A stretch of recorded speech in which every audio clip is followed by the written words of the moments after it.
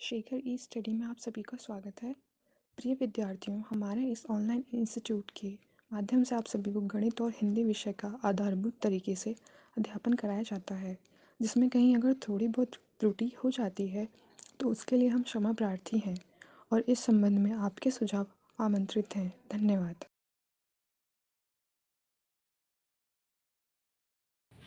Hello दोस्तों, मैं शेखर स्वागत करता हूं आपका अपने YouTube चैनल शेखर ई स्टडी पॉइंट पर। दोस्तों, सामान्य हिंदी की कक्षाएं आपकी चल रही थी, लगभग 12 पार्ट इसके आ चुके थे। ठीक है, उसी क्रम में आज अगला पार्ट होगा। हम विभिन्न प्रकार की बोलियों को देख रहे थे। ठीक है, उसमें भी मुख्यतः जो बोलियां आपकी परीक्षा की दृष्टि से महत्वपूर्ण है उनको हम देख रहे थे। ठीक है, इसके पहले हमने कौरवी एवं खड़ी बोली को देखा और भोजपुरी बोली को देखा। अब आपका क्रम आता है ब्रज भाषा का और मैथिली का। ठीक, कोई ऐसा मतलब निर्धारित क्रम नहीं है किसी के बाद इसी के बाद ये आई।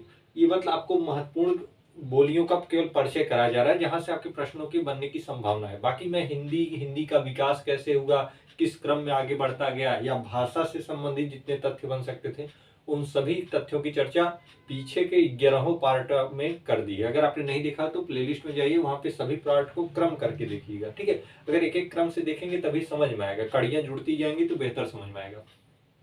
बाकी ये तो अब समाप्ति की तरफ है, आज बोलियों से पूर्णतः समाप्ति हो जाएगी।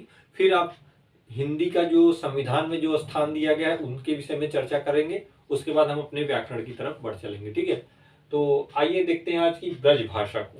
ठीक, कौरवी खड़ी बोली और भोजपुरी को आपने इसके पहले के पार्ट में देख लिया है, तो आज ब्रज भाषा से शुरुआत होगी। ठीक है, देखिए ब्रज भाषा भी आपकी भारोपी परिवार की ही भाषा थी। हालांकि ये ब्रज पहले बोली थी, बाद में ये साहित्यिक रचनाओं के कारण भाषा बन गई। तो ये भी भारोपी परिवार की ही भाषा, या हिंद यूरोपी कह लीजिए या ईरानी हिंदी परिवार कह लीजिए, ये भी मुख्यतः मध्य क्षेत्र या पश्चिमी हिंदी की ही एक भाषा थी, ब्रज भाषा। ठीक है, तो इतना जानते रहिएगा, अगर आपसे पूछ दे किस परिवार की है तो भारोपी परिवार की ही भाषा है।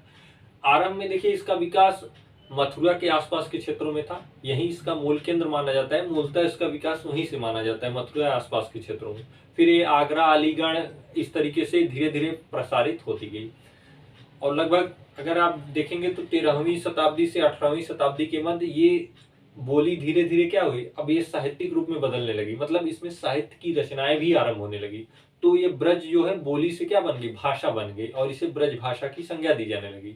अगर आपने थोड़ा बहुत भी साहित्य पे ध्यान दिया होगा तो आपने अगर भक्तकालीन को पढ़ा होगा या जानते होंगे, तो वो स्वर्णिम युग माना जाता है भक्ति काल को। ठीक है, भक्त काल को स्वर्ण युग माना जाता है साहित्य की दृष्टि से। उसमें जो बहुत सारे रचनाकार हुए उन्होंने इस भाषा का बहुत अच्छे तरीके से प्रयोग किया। जैसे आप सूरदास, रसखान, बिहारी, ये सारे बहुत से सारे रचनाकार थे जिन्होंने क्या किया, ब्रज भाषा का प्रयोग किया था, मतलब उसे साहित्यिक स्थान दिया। और ये बहुत पहले ही भाषा बन चुकी थी ब्रज भाषा। ठीक है, इसके बाद हिंदी का विकास हुआ, खड़ी हिंदी, जो आपकी ये कौरवी खड़ी हिंदी बोली थी, ये ब्रज के बाद ये विकसित होती शुरू हुई, लेकिन ये ब्रज से बहुत तीव्र गति से आगे बढ़ी। इस कारण ब्रजभाषी जो थे उनकी संख्या संकुचित होती गई और ये कौरवी खड़ी हिंदी का विकास तेजी से भारत में होता गया। ठीक है, मैंने जब आपको कौरवी खड़ी हिंदी के विषय में बता रहा था तो मैंने बताया था ना कि अयोध्या सिंह उपाध्याय हरियोद उसके महाकवि माने गए, प्रथम महाकवि हरियोद जी को कौरवी खड़ी हिंदी खड़ी बोली का, सॉरी हिंदी ना कहिएगा, कौरवी खड़ी बोली के प्रथम महाकवि अयोध्या सिंह उपाध्याय हरियोद जी माने गए। हरियोद जी आरंभ में ब्रज भाषा में ही रचनाएं करते थे, लेकिन उन्होंने बदलती हुई परिस्थिति को पहचान लिया और अपनी रचना को इसमें खड़ी हिंदी कौरवी में करने लगे। ठीक है, खड़ी बोली कौरवी में अपनी रचनाएं आरंभ करने लगे। फिर ये धीरे धीरे क्या हुई, विकसित होते हुए हिंदी बनी थी। तो अगर हम हरियोद जी की रस कलश रचनाएं ये सब अगर देखेंगे तो उसमें इन्होंने कौरवी खड़ी बोली का से पहले ब्रज भाषा का ही प्रयोग किया था, मतलब वो पहले ब्रज भाषा की ही रचनाएं करते थे, लेकिन उन्होंने परिस्थितियों को भापा, क्योंकि खड़ी बोली कौरवी का विकास तीव्र गति से हो रहा था, तो उन्होंने रचनाएं इनमें आरंभ करना शुरू कर दिया। ठीक है, परिप्रवास वगैरह आदि उनकी रचनाएं थी।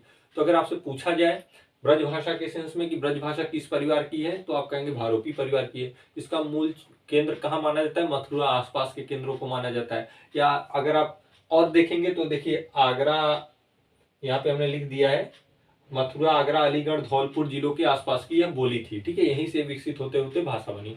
भक्ति, मैंने बताया आपको कि भक्ति काल में जब रचनाएं आरंभ हुई तो भक्ति काल के बहुत सारे कवियों ने इस ब्रज साहित्यिक रचनाएं आरंभ की और ये ब्रज भाषा का रूप बन गया। अगर हम उन रचनाकारों को देखेंगे तो सूरदास, रहीम, रसखान, बिहारी लाल आदि ऐसे रचनाकार थे। ठीक है, लगभग पूरे भारत में अगर हम मान के चलेंगे तो 1,23,00,000 लोग आसपास के लोग ब्रजभाषा बोलते हैं। हालांकि ये आंकड़े हमेशा बदल जाते हैं, आप 2 करोड़ के आसपास मान के चलिए, ज्यादा बेहतर रहेगा। ब्रजभाषी भी बहुत सारे क्षेत्रों में। ठीक है, एक ऐसा भी देश है जहाँ पे ब्रजभाषा बोली जाती है, तो उज्बेकिस्तान है।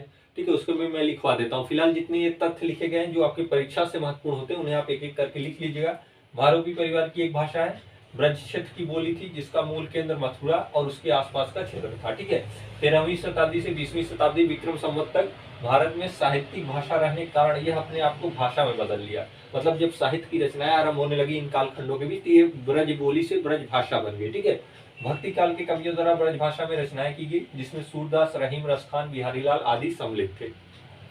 शुद्ध रूप से यह मथुरा, आगरा, अलीगढ़, धौलपुर जिलों में अधिकतर इस आसपास के एरियाओं में बोली जाती है। भारत में लगभग 1,23,00,000 माना जाता है, उसके आप 2 करोड़ के लगभग आप मान के चलिए ब्रजभाषी लोग हैं। ठीक है, तो ये ब्रजभाषा संबंधी महत्वपूर्ण तथ्य था। 1-2 पॉइंट और है, उसे भी देख लेते हैं। देखिए, भारत देश के अतिरिक्त ताजुबेकिस्तान में भी ये बोली जाती है, मतलब विदेशों में भी इसका कहीं कहीं प्रभाव दिखता है। एक मुख्यतः देश मिलता है ताजुबेकिस्तान, यहाँ में भी ब्रजभाषा बोली जाती है। ठीक है, ये पूछ सकता है आपके एग्जाम में। तो देखिए, ब्रजभाषा से संबंधित बहुत सारे तथ्यों को आपको नहीं पढ़ना है, बस जहां जहां से मुख्यतः आपके तथ्य हैं उन्हीं को मैं बता रहा हूँ कि ये कहाँ कहाँ से पूछा जा सकता है। जैसे अगर आपसे पूछ दे ब्रजभाषा किस उपभाषा की बोली थी, तो आप कहेंगे पश्चिमी हिंदी उपभाषा की बोली थी। पश्चिमी हिंदी किसके अंतर्गत आती है? सौरसेनी अपभ्रंश के अंतर्गत आती है।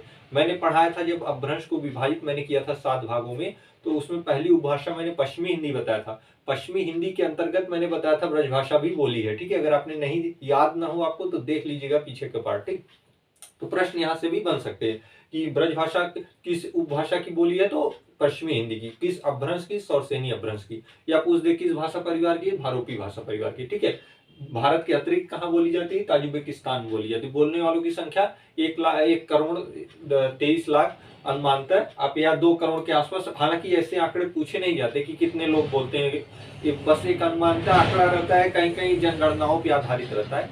इसका कोई इतना आपको इसे याद करने की कोई आवश्यकता नहीं, फिर भी आप जानते रहिए कि 1,23,00,000 का ये आंकड़ा है ब्रजभाषा बोलने। हालांकि जो विदेशों में उनको मिला देंगे तो लगभग 2 करोड़ के आसपास या उससे भी अधिक लोग हो जाएंगे। ठीक है, और इसमें कुछ बहुत खास नहीं है, ब्रजभाषा यहीं पे समाप्त होती है। फिर हम अगली देखते हैं मैथिली भाषा को। ठीक है, मैथिली भाषा क्या थी? देखिए, मैथिली का जिक्र संविधान में है, इसलिए इसे थोड़ा सा और देख लेंगे अच्छे तरीके से, ताकि इससे प्रश्न आए तो हमारा गलत न होने पाए। ठीक है, मैथिली भाषा।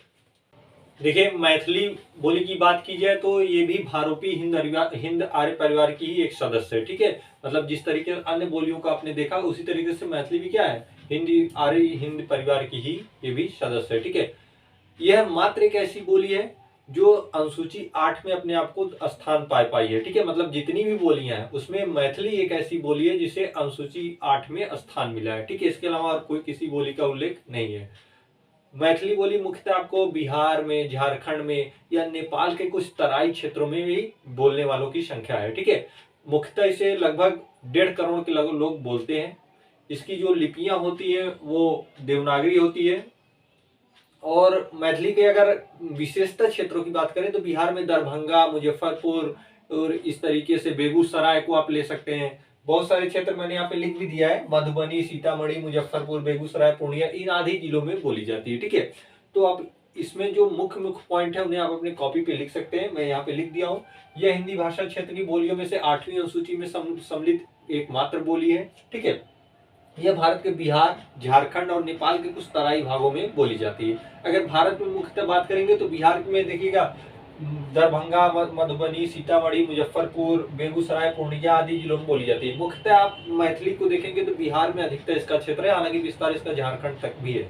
कभी कभी आप देखिए न्यूज में देखते होंगे बिहार के मुख्यमंत्री श्री नीतीश कुमार जी द्वारा मैथिली भाषा का प्रयोग किया जाता है। ठीक है, कहीं कहीं वो बोलते हैं मैथिली भाषा को, तो वो बिहार में ही इसका लगभग पश्चिम के बिहार में ज्यादा इसका प्रयोग किया जाता है। ठीक है, नेपाल में देखेंगे तो आप धनुषा, सिरहा, रोहतहट आदि ऐसे क्षेत्र हैं जहाँ पे मैथिली भाषा बोली जाती है। बोलने वालों की संख्या मैंने बताया लगभग 1.5 करोड़ है, और तिरहुआ और देवनागरी इसकी लिपि है। ठीक है, देखिए मैथिली में बहुत ज्यादा आपको जानने की जरूरत नहीं, बस जहां जहां आपका क्षेत्र पूछा जा सकता है और लिपि भी हो सकती है अगर पूछी जा सकती है, और कितने एरिया, जैसे भारत के अलावा कहाँ पे बोली जाती है तो नेपाल के या तराई क्षेत्रों में बोली जाती है। और 8वीं अनुसूची में शामिल एकमात्र यह बोली है। ठीक है, देखिए इसे 8वीं अनुसूची में स्थान 2003 में मिला था, जब अटल बिहारी वाजपेयी जी द्वारा इसे 8वीं अनुसूची में शामिल करने की घोषणा की गई थी सन 2003 में। ठीक है, इसे भी आप नोट कर लीजिएगा, हालांकि मैंने यहाँ पे नहीं लिखा है, मैं बोल रहा हूँ कि सन 2003 में इसे 8वीं अनुसूची में सम्मिलित किया गया था माननीय प्रधानमंत्री जी उस समय के तत्कालीन अटल बिहारी वाजपेयी द्वारा। ठीक है,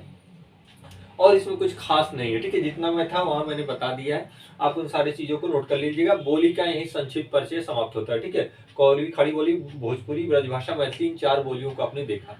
अब मैं देखूंगा कि इससे रिलेटेड कुछ प्रश्न अगर आपके इंपॉर्टेंट होंगे तो मैं उन्हें एक पार्ट में बता दूंगा। ठीक, बाकी अब इसमें कुछ नहीं है। अब आप देखेंगे संविधान में हिंदी की स्थिति क्या है। ठीक है, भारतीय संविधान में हिंदी की स्थिति क्या है, वहां से प्रश्न आ सकते हैं, उसका एक पार्ट आएगा, उसमें आप देखेंगे। उसके बाद ये पूरा हिंदी का विकास और संविधान में हिंदी, ये पूरा भाग समाप्त हो जाएगा। ठीक है, लगभग 12 से 13 पार्ट या हो सकता है 14-15 पार्ट हो जाए।